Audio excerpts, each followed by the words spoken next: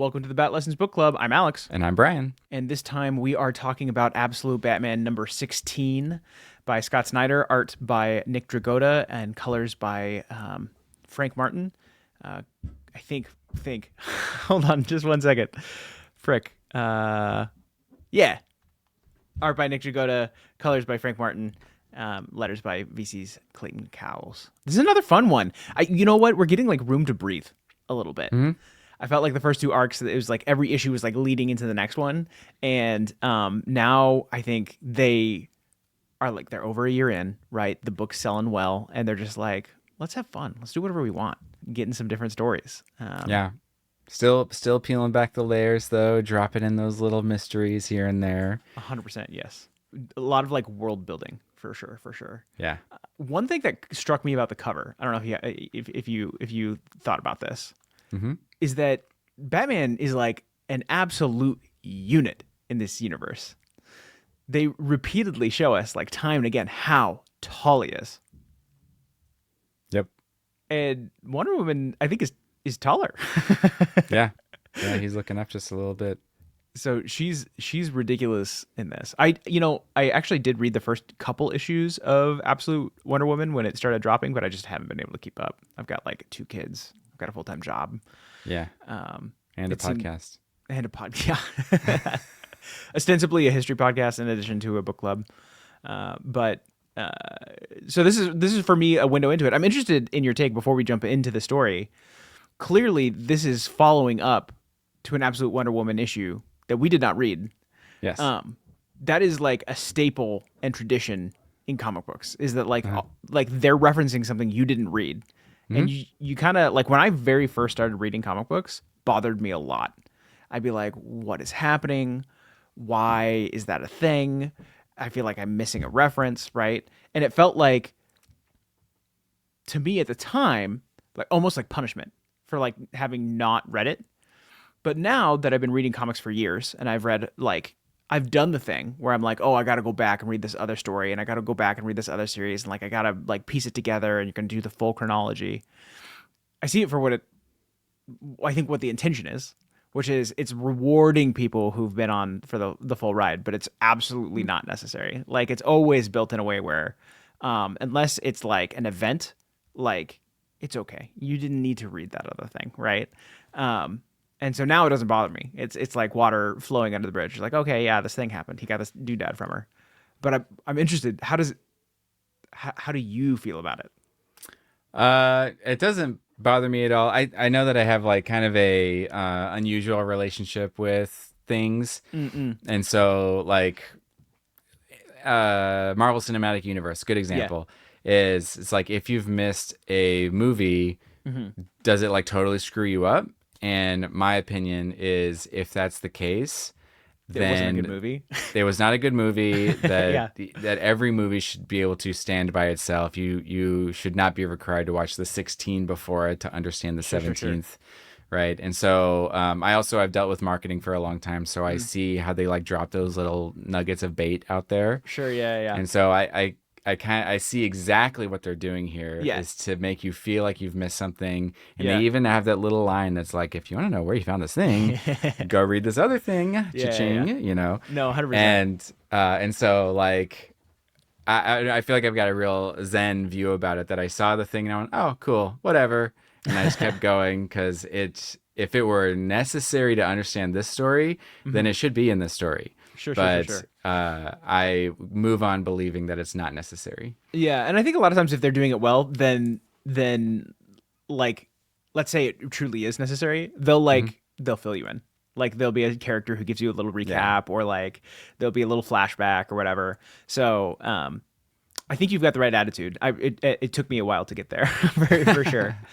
And I agree in terms of like the MCU or other things like that. Like you don't have to. And the movies, if they're good movies and if they're crafted well, then you don't have to. I do think, if the universe is working well and it is firing on all cylinders, then it's better for it. Like you could enjoy it more because you saw something previously, but you shouldn't have to, Yeah. So, any other thoughts before we jump on in? A cover that does not happen. No, it doesn't happen in the book. Yep. I thought this is another one of those ones where I found it illuminating from getting inside of the heads of the characters. So there's a lot of like tiny like whispers of character development, but you have to be looking for it. Yeah, 100%. So we open up, it says Friday. That's one of the things that happens throughout this issue is he's got a running log of like exactly how much time is passing, what day of the week it is, which I think is really freaking cool. Yeah. Which plays into stuff that happens as well, which I think is pretty interesting as well. Yeah. They make a big deal about the amount of time it's going to take. Yeah. Bruce is showing up for work at the work site, and I guess presumably because he was in the Ark. Yeah. Right, like we're actually calling back for like months. Yeah, quite a ways. He just hasn't been coming to work, and his boss is like, "It's chill." That happened. List of things that would never be okay. He's like, "I know." I mean, I thought it was really nice because it's like like the guy knocks on his window to be a jerk because like that's part of like the construction dude culture is that they like rib each other and stuff. Sure. And he's like, wakey, wakey, Bruce. And the other dude's like, hey, leave the kid alone. Give him a break. And the bigger dude's like, hey, man, what you been doing with yourself all this time? and then it just shifts. It just shifts over to like, do you believe all this Batman stuff? Yeah. This was an interesting point to me when he says the city would never demolish this old stadium.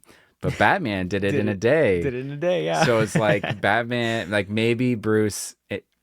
like wanted it to be in this, like chose for it to be in this place because it was going to help the city as well. It's a fun idea.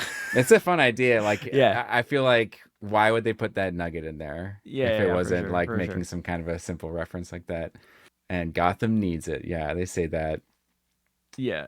And then he has kind of that interchange with his boss where he's like saying it's okay, and his boss actually is looking out for him. He's like, you got to go touch some grass, dude. Yeah. Did you catch his boss's name? No, what is his boss's name? Mr. Fox. Oh, I love that. That's so cool. Yeah. Jump forward, presumably the same day because they don't set the time again for us. Bruce shows up at the hospital. He's checking in on Oswald and Harvey, like a good friend would. Mm-hmm. He brings them sandwiches. They're themed after the characters. Yes, we have the Harvey got double steak. Because he's Two-Face. And there's like the whole twos theme. And then Oswald, who's the penguin, he got the bird supreme. Yeah, but it turns out he can't eat it because like he's only on liquids. Yeah. Which presumably maybe about his face here. He looks like he doesn't have lips right now. It's kind of crazy. Yeah.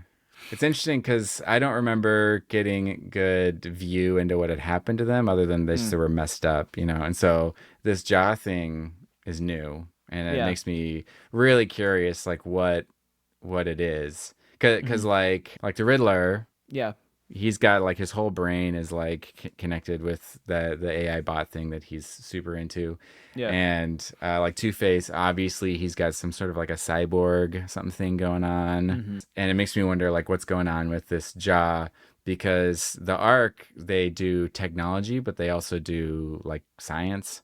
Yeah, because we've got like Wayland became like a gigantic reptile, and I guess there was a thing I was thinking at the end of the last one is they were going through the names of the people we're gonna meet, and it had Mad Hatter, and it made me wonder, is he gonna be more like the Riddler and more about like technology? Yeah, and then like so we've got Oswald, who's the penguin here, and it's not really clear because it's got like some gray tones. Sure. But it has like teeth, and like, is that more like metal or is that more like biological? Yeah. Has he had some sort of procedure done or something? Yeah, unclear. It's interesting. I'm interested to see where it goes for sure. Yeah, they're not happy with him.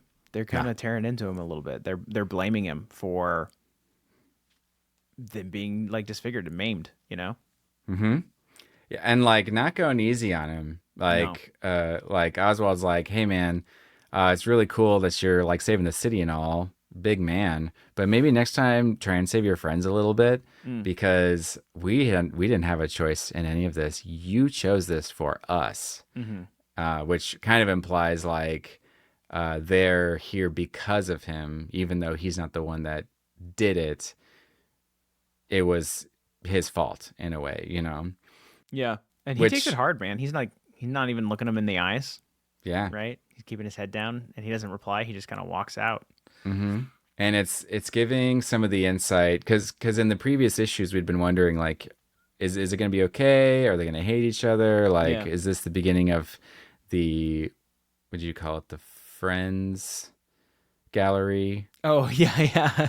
I don't remember versus what I called the it. Rogues Yeah. Gallery. But that's the thing we've And been wondering is like yeah. they had kind of a good thing going and we really Yeah. liked it. We kind of grew attached to it. And is it going to stay? Hmm. And there's a lot of resentment right here. Yeah. And then this is a cool bit at the end. You've got Harvey from the human side Hmm. saying Hmm. that was kind of harsh, Oz. And then it goes to the other side of him where he says, "Nah, he deserved it." Yeah, And yeah, so yeah. you're starting to see more of that like split personality. The duality for sure. Yeah. Name of the issue's Bat Out of Hell, which is fun. I love this art. It's really good. Meatloaf would love it. Yes, he would. And I had kind of wondered if this was Bruce touching grass. Like his boss told him, like, go out, see the world or whatever. Like he's riding the motorcycle. And Oh, he's that's interesting. yeah, yeah, Okay, yeah. I'm with you. But he's at the Museum of Natural History for some reason. Hmm. Oh, and I think it's super interesting because it's like, why are they showing us these images? And it's Mm. like 3 shots of chimeras of half human, half animals. And he Yes, that's a just good call was out. visiting his friends that were in that kind of a situation and the Hmm. whole arc, whatever. So he's he's the detective. He's trying to figure out how it works and can it be undone or whatever. Hmm. Hmm. Hmm. Yeah, and he pulls out this trinket out of his bag and he does Hmm. a thing with it. I demand an audience with Diana of the Wild Isle, which presumably, if we had read that previous issue, it says Absolute Wonder Woman 15, to Hmm. see how Bruce was gifted the talisman, we would know, but you Do get you the know who gist. KK is? Because it's signed KK. So usually these are from the group editors. So no, I don't know who that is. Okay. I can go look. It's probably the Batman editor. I mean, Yeah. it doesn't matter. I was just curious if there was, like, if it was what SS, I'd be like, okay, Scott Snyder, No, yeah, it's almost always the editor. So here it's Katie Kubert. Ah, So I assume she's the one that's in charge of all Batman books. Usually that's how that works. There's like an editor that oversees like a part of the line, but I don't know. cool. I probably should know, but I don't. I found it really funny how, because like there's all this character development. This is Yeah. like brand new versions of these people. So seeing how their demeanor is and stuff, and so she shows up from this portal. She Yeah. came through like an Einstein Rosen bridge, and is like, since the talisman of Hecate. It's just like Hecate. the tone, whatever. But it's just like the cadence is just like so, it's so stilted. It's Sure. so yeah, staccato, and I just think that's kind of interesting. And this will only work 3 times. I can assume you're summoning me for something dire. Yeah. So the gist that I recall from the Absolute Wonder Woman issues that I read is that she was raised not among the Amazons, but in hell. And I think like didn't have much interactions with anyone except her mom. Like she was raised alone with her mom. So the fact that she's like asocial, antisocial, like makes a lot of sense. Oh, that's interesting. Yeah. Yeah, I take it as when I read it the first time, Yeah. I was reading it as like this is just like not old English, but like old timey speak for It's stuff. probably a little bit of both, You know, right? because She's a literal god or whatever. yeah, Been alive for 1,000 years. Yeah, and we cut straight to the chase. Batman explains, like, yeah, I kind of got the vibe that you knew something about people turning into creatures and back into humans, which if I recall correctly, she has like a massive dragon she rides or something like that. I'm probably butchering it. No, she has a horse that she rides, and she fights a dude that gets turned into like a kaiju or something in the first arc. I can't remember. Point is, we've seen the transformations happen in her book. got it. And she's like, listen, that magic it's unstable, and if you've got a person that is also unstable, like I don't think it's going to end well for them. But I do know one artifact, right? Go ahead. I thought that was a great point. She's Yeah. saying if they're not mentally stable, it won't Yeah. go well. And we Yeah. just came from like, I don't know if these guys are all there. Like Right. we're starting to see some stuff bleed through.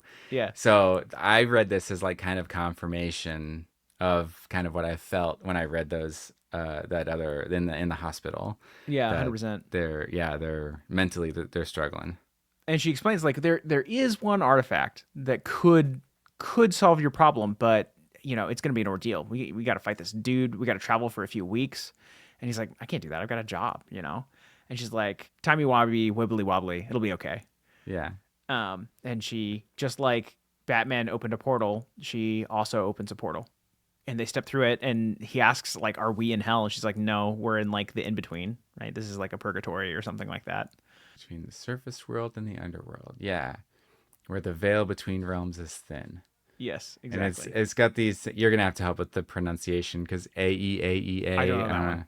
I know Acrolus is the person that they're going to fight. That's the person they're going to challenge. Yeah. And he is like half creature, half human or whatever, half beast. Yeah. And they do this, like you were talking about the time. They said it was Friday. And so then on Saturday, he goes to the museum. Yeah. And they're like, time is different here. And so then here, you're not getting days of the week. You're getting just day counts. Yeah, so, in panels. In panels. And it's like a montage. And this is like one of the few times that we've seen like humor come through. Hilarious. I love this. Yeah. Yeah. So every single time she's warning him about something. Yeah, the lightning. Like, if you look at this lightning, it will kill you. Right. There's like a thing that's flying and it's got these musical notes coming out of it. It's like this creature, and she says, "Don't listen to that song. If you do, it'll kill you. If you stumble in the sands, it'll kill you." And then Batman's like, "Is that?" And she's like, "It's a cyclops." Yes, but if you look it in the eye, Batman's like, "And he'll kill me?" And she goes, "No, it's just impolite.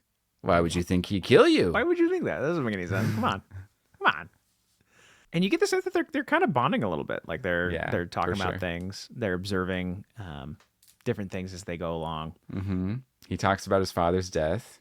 He says, "The next thing I remember, policemen were yelling my name and pulling the bats off me," which is like the first time that like adult Bruce Wayne, and as far as I remember from what we've read, talks about that like at all. Yeah. And even so, like, you get the sense, because they don't show us a lot of it, I think part of that's they're trying to move the story along. But even so, it's like almost like that's a conversation we're not supposed to see. Like Bruce is only doing that with people he really trusts, and it's kind of close to the vest, and they're just giving us a little bit of a hint to know that it happened. We don't get to see that conversation because Bruce is not letting us into his inner circle, but we get to know that he's having that conversation. It's kind of a cool stylistic choice. And then we see the corpse of someone else who challenged this Acrolus, right? This thing that they're getting ready to go and challenge. And they remark about the coins that are covering the eyes, which is a part of the lore that I'm familiar with. Yep. The passage, the car on to ride the river Styx into Hades. Yes. But there were two beats here that I found really interesting. Sure. Because he was like, "Who is this guy?" And she's like, "Well, he's a hero." And Batman's like, "Hero? He lost." And I thought that was kind of interesting. And the inside of Batman is to think that the only way to be be a hero is hero. to win. Yeah. And then the second part is he's like, what are the coins for? And she talks about like payment to Charon for the river Styx or whatever. And he asks, do those coins really give people passage? Right. And I thought that was also really interesting because it shows he believes. Yeah. Because like he obviously believes in like magic and stuff. Like he's literally walked through a portal. Yes. Right. But like it seems like there's still like layers of belief, and he's asking like, are the coins real? Like, do they really 100%. Work? Which I think is that's also really an interesting moment. Yeah. And she picks up on it, right? Yeah. This is back on Saturday, I think. So like for them, 16 days have passed. For Alfred, it's tomorrow. Yeah. Which is interesting. And it's just kind of a fun beat. Fun meat. Sorry. He's bringing, meat to Waylon in the... did we explain that's who he's trying to save is Waylon? We didn't explain that, but we kind of said that he's trying to save all of his friends. Yes. Like I think like because Batman seems really big picture on this stuff. Sure. I think he's trying to reverse everything in Arkham. The thing is that Waylon was turned into an abomination in Arkham. He was captured just like Bruce was, but that's not what happened to Oswald and Harvey. They just got beat up. Right. But we know of the other abominations. We know of Yes. Ivy and so on. So I'm thinking that he wants to see what works because he might be able to reverse it for all of them. For everyone, like undo the damage or whatever. That's interesting. Yeah. And then like kind of thinking ahead, it makes me wonder if Arkham knows of the magic. Like maybe the abominations are a result of that same source and not from somewhere else, not just science. Well, we definitely get there's like a supernatural vibe or whatever, especially if, in the 1800s, Joker's figuring out how to like use babies to like live forever or whatever. Yeah. And yeah, it's kind of a funny beat where, Waylon wants to eat Alfred. He doesn't want him to. Yeah. Well, I think it's cool that they're like feeding him. They're like, we got to take care of this guy, of course. And yeah, it's his friend. And yeah, Alfred, and they're not, well, Alfred and Waylon aren't friends. That's what I think is funny here. Because Alfred's like, hey, the meat's over there. Don't you fucking eat me. And yeah, it's just really good. And Alfred's running away like, man, this is nuts. Why am I doing this for? Yeah. And then, they're sitting around a campfire. They're talking. Another chance for them to sort of get closer. And then they talk more about Acrolis, that he's more like a centaur, right? Mm-hmm. Yeah, and he's like, do you really think this can help my friend? She's like, yep, everything you've got is inside of you, which is another beat that gets called back to later. Everything you need lies inside you. Yes, well, I was actually, they highlighted this one section that it's not in the redacted version, but it says, he's the Lord of Transformation. His bow makes 2 legs into 4 and 4 into 2. And I thought that was interesting. They emphasized the bow part. Yes. And we'll come back to that. Yeah. Mm-hmm. Somewhere, we might have passed already. I thought it was funny. They say, I think maybe when he first summons her, they say transmogrification. Yes. I thought that was very funny. I was hoping they would keep doing that, but every beat after that, they say transformation. Yeah. That's what they called it in World of Warcraft when you could change the gear that you were wearing. It was transmogrify. That's funny. Yeah. She gives him some sort of like juice to drink. He's like, what is it? And she's like, whatever, go to sleep. And he does. So like, is she drugging him? We don't know. Well, she says it will protect you. Sure. But like the implication being like maybe she's telling him to protect him when he goes and fights the centaur. Yeah. But after he falls asleep, she takes the coins and she puts them on his eyes. Yes. Which is really cool. I thought it was super cool. And it's like, it's a box. It's a mystery box again. Cause it's like, what are they asked about the coins in the passage? Like, is he going to go to Hades? Like, what are these coins going to do? And so I thought that was super interesting. And then it said, it will protect you against his magic. And so it kind of makes you wonder if there's like pre-attack going on where Bruce is going to be attacked by magic before he meets him. And that's why this is happening, and she knows. So she's got him set up for a good evening or whatever. I don't know. I read it more as like he had asked about the coins with intention. She had picked that up, and the magic is protecting him when he goes to the other side to I don't know. Oh, very, very interesting, because I'm just connecting why he would want to go. Like if he's asking, does it work? He wasn't just asking like, technically, does that function? He's asking because he wants to go to hell. Like he wants to see his dad. Or not hell, because Hades, so it's just the afterlife. Sure. He wants to go to the afterlife. Well, so I think in the mythology that I'm familiar with, you cross the river Styx to get to Hades. Yeah. But she doesn't call it that. She doesn't say that. She calls it something that's more like Valhalla.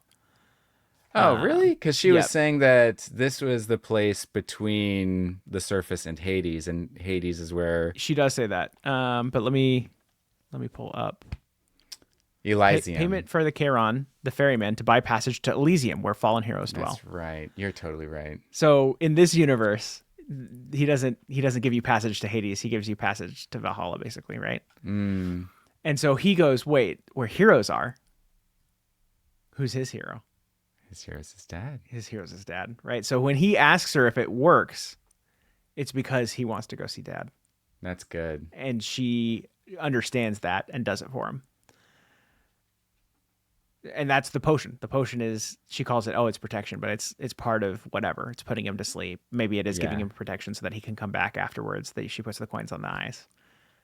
Isn't that cool? Yeah, but honestly, this next part's very sad to me. Yeah. You think so? Well, it is to me. Like, I'm a dad, and I think about like my child and this sort of situation. And so to see, Bruce, who's just so tough. He's big and he's quiet, doesn't talk to people. Like, he's just really tough. Yeah. And then you see him transform, and really he's just a child in the Batman suit, Yep. And he takes it off and he's like, Dad? And it's his dad.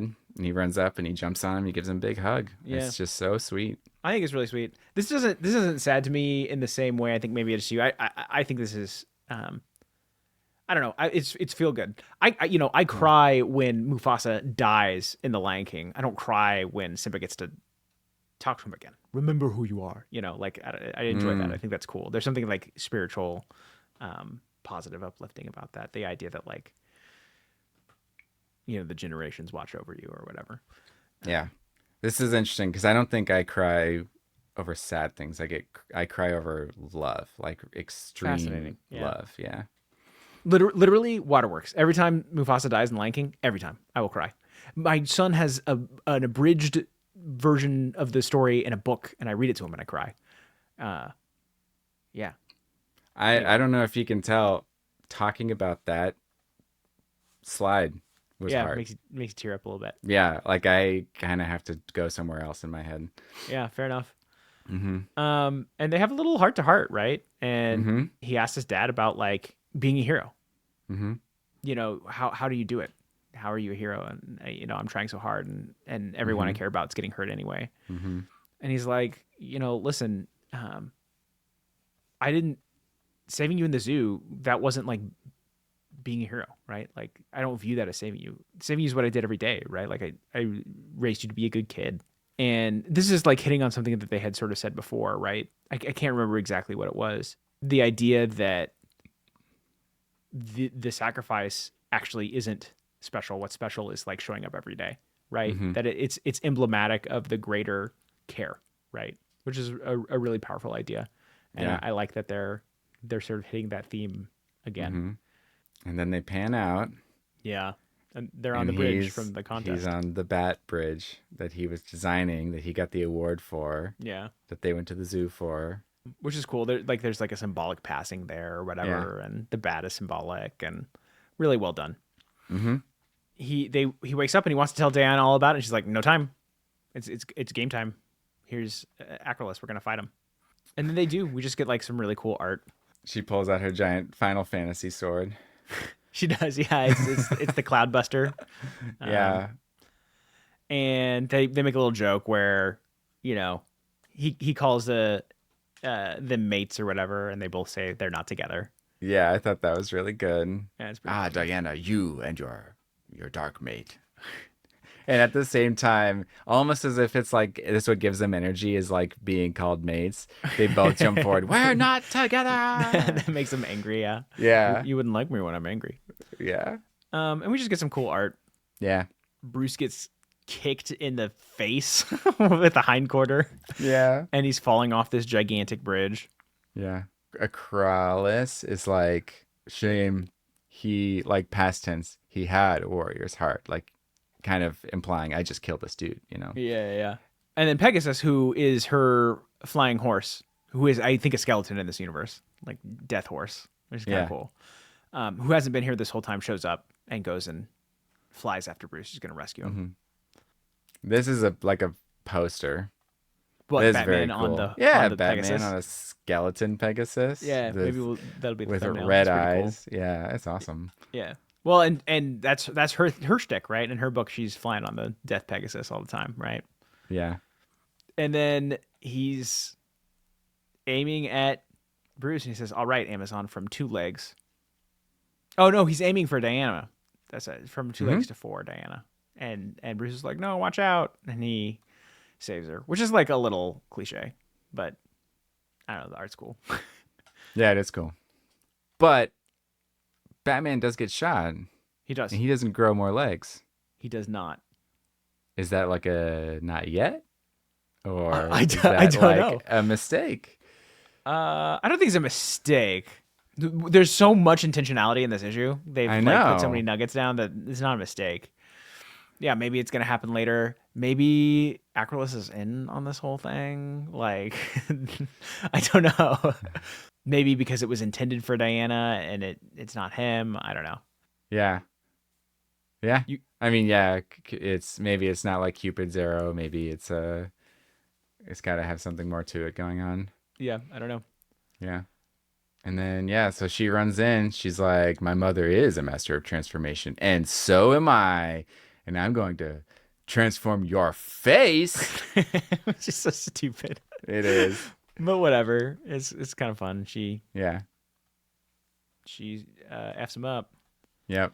and then goes and checks on Bruce, and he's like, I failed.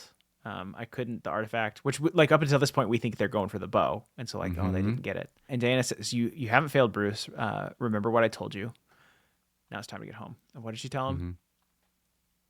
Everything you need is inside of you. Yeah, everything you need lies inside of you. Yeah. And another sweet little moment where Yeah. he Where says, no, not yet, Batman we can't says, leave. I can't leave yet. I haven't gotten to say goodbye. Yeah. And Brian's gonna cry. Yeah. He wakes up in his own bed and he's It's like, no, Sunday. no. It is Sunday, so it's just the next day. They were there for like 17 2 days weeks. or whatever. Yep. Yeah. He says, remember what she told me. Everything you need lies inside of you. It turns out we're talking about the arrowhead. Yeah. Turn 2 legs into 4 and 4 into 2. Yeah, why it doesn't work on Bruce, we don't know, but he clearly has an idea, and he brings it to Waylon. Yeah. Which I thought this was a little silly as well. The note explains exactly how it's going to work. Wait, wear this necklace, let it touch your skin. You are never alone. Yeah. How does he know that's how it's going to work?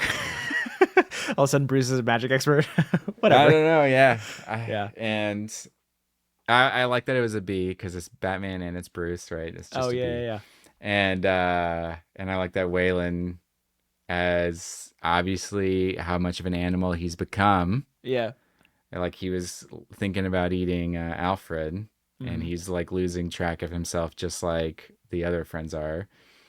But he still is able to go Bruce when he grabs the thing, so he knows who it's from. Yeah.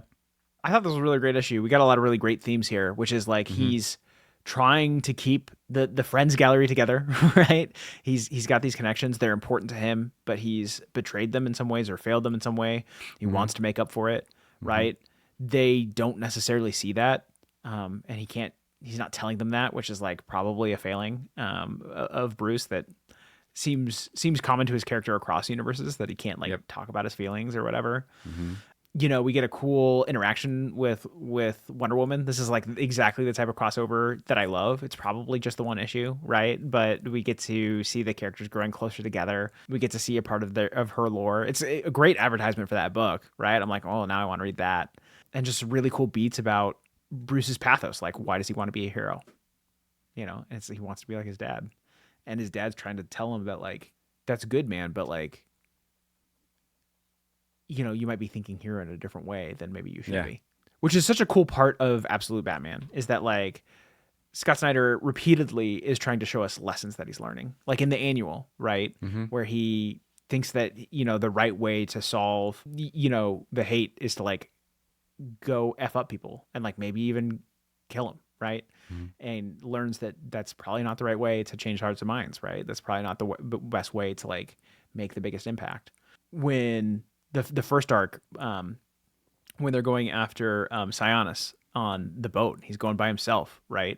And his friends were trying to teach him, like, don't go alone, man, right? This isn't about like trying to flex, right? This is about trying to like make things better. And he's trying to figure out how to be Batman, which is something we don't get to see as often. It's such a cool vibe. And like we're 16 issues in, and the themes continue to shine through. It's very intentional, very well done. I'm super happy with it. Yeah, And I mean, I will say like the parent angle that comes in through me is like these are lessons that I'm teaching my son. Sure. Right? Trying It's to. like self-control Yeah. leads to good choices, that leads to Totally. good days. Rage is out of control, not good days. Yeah. Teamwork, go get help, ask for help. You're not too Yeah. big to ask for help. Don't, it's okay to say, I don't know, and Yeah. have someone help you answer a question. Being a good person every day is more valuable than being an amazing person every now and then. Yeah. Yeah. 100%. Love it. Any other thoughts before we close it up? Oh, can't wait to see what happens next. They're going to switch places or something. Like Croc's going to become Waylon again and Bruce is going to grow a tail. I don't know. We'll see. Yeah. Yeah. Next up, Poison Ivy. Poison Ivy, yes. Hey, Bat Fam, hope you like the show. If you do, give it a thumbs up and subscribe. It helps us out a lot. Stickers. We got stickers. It's a great way to support the show. Just $5. Link in the description and on batlessons.com. To keep the Batman history train going, watch this video next.